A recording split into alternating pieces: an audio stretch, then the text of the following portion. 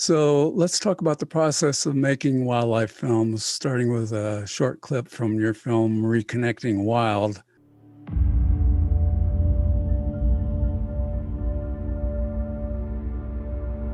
We spend $8 billion a year running over wildlife.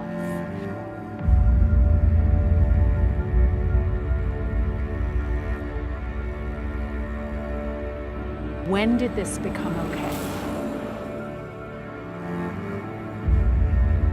If you took a fraction of that $8 billion, you take a quarter of it, and you invest it in crossing structures, this problem would be solved in a generation.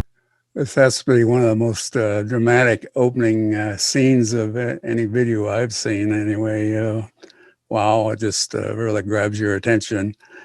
So how did you get the idea for this film in the first place? And then we'll talk about how you come up with ideas for independent films.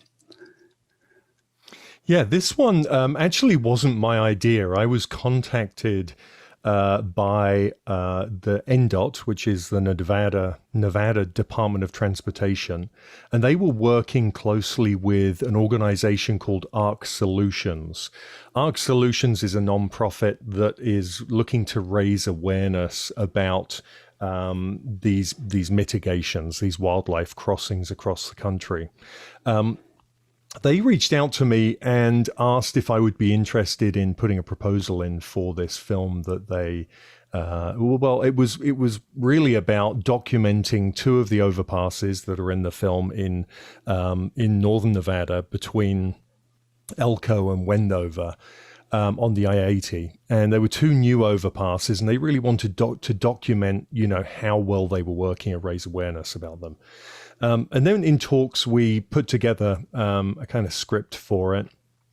And the idea for me then was, how do we create a film that not only just documents this, but really creates awareness? What we want to make an impact with this. What I loved about this idea was that it wasn't just another conservation film. I think we've all seen tons of conservation films that, just are open-ended, right? They're open-ended in terms of, what can we do to save the planet? What can we do to save this species? What can we do for the plight of this? And there might be lots of things, but there a lot of the time, lots of unknowns and nothing that really is set in stone.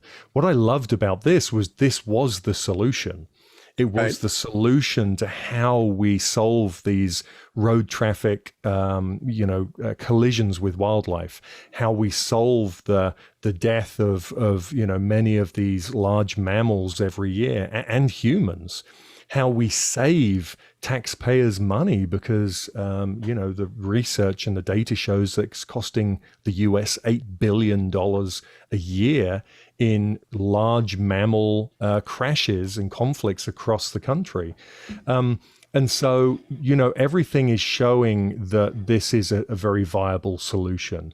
And so it was a case of, okay, this is great. To me, it's like a closed loop. It's like, here's the problem. Here's, one way of solving it that Nevada have put in place. And this is the outcome, and it's working really well. So I loved that.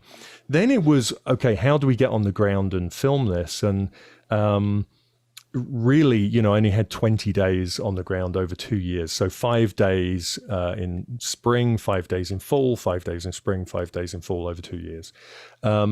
And then what happened in that first year before the overpasses were open and any of the fencing was in, I got to see, lots and lots of these deer crossing the road in one spot at the summit on the Pequot mountain range. And that's where I was lucky enough. It's one of those hard things to witness, animals being hit. But when it happened, as a cinematographer, and you're trying to raise awareness about an issue, that is gold, that shot of the collision. In my mind, when I filmed that, it was like, that has to go in, that has to be at the beginning. This is what will make people sit up and pay attention.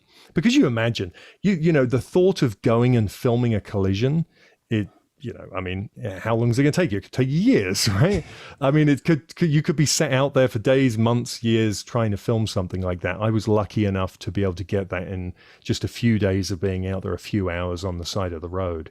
And when I got it, I very much knew it would go in at the beginning because we needed to create impact for the show. Excuse the pun, but we needed that to have the effect it does, which is makes the audience sit up and listen. And I went back to the organizations funding it, and I just said, this needs to go in. And they were a bit apprehensive. And I said, look, if you don't put this in, you're just preaching to the choir, right? I mean, you literally are just telling people about animals are being hit on the road. And we all know that. If I tell you at the beginning of a program, hundreds of animals are being hit on this road every year, you go, okay, that's terrible. I show you it and you have a visceral reaction to that. Exactly. You emotionally change. It takes your breath away. I was lucky enough. This was, we last year, 2020, we got it into 14 film festivals. And I was lucky enough that the first one, Wild and Scenic, was the only one that we could actually go to. All the others ended up being virtual for obvious reasons. I was lucky enough, though, to sit in the audience and have the film played with hundreds of people in the audience, and to witness what happened. So at the beginning, when you're at a film festival, it's only a 12-minute film, so it's very short. So they put short films together, and at this particular session, they played 4 short films. And ours was either the 3rd or 4th film.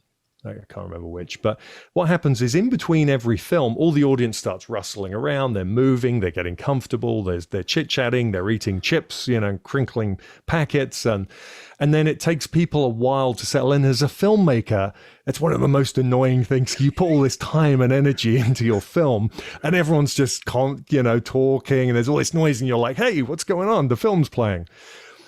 But what happened at the beginning of our film was that the first scene comes up with the stag on the road, and there's all this noise. And the second scene comes up, and Renee Callahan is the voiceover saying, we hit.